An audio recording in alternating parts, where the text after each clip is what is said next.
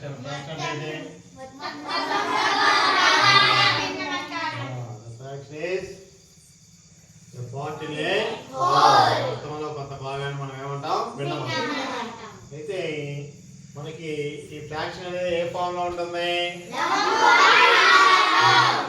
Numerator by కాబట్టి భిన్నం అనేది మనకి న్యూమరేటర్ బై డినామినేటర్ అనే ఫామ్ లో మనకి ఉంటుంది. అయితే భిన్నాలు అనేవి మనకి కొన్ని టైప్స్ ఉన్నాయి. ప్రాపర్ ఫ్రాక్షన్,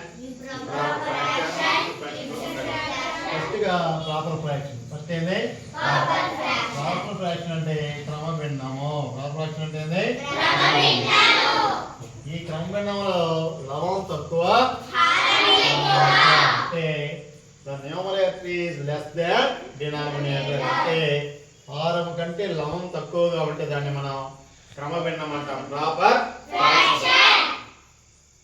ఈ ప్రాపర్ ఫ్రాక్షన్ అనేది లెస్ దాన్ 1. ఎప్పుడు ఇది ఈ భిన్నం ఒకటి కంటే తక్కువ ఉంటుంది, ఒకటి కంటే తక్కువగా ఉంటుంది. కాబట్టి ఫస్ట్ భిన్నం ఏది ప్రాపర్ ఫ్రాక్షన్. క్రమ భిన్నం అంటాం.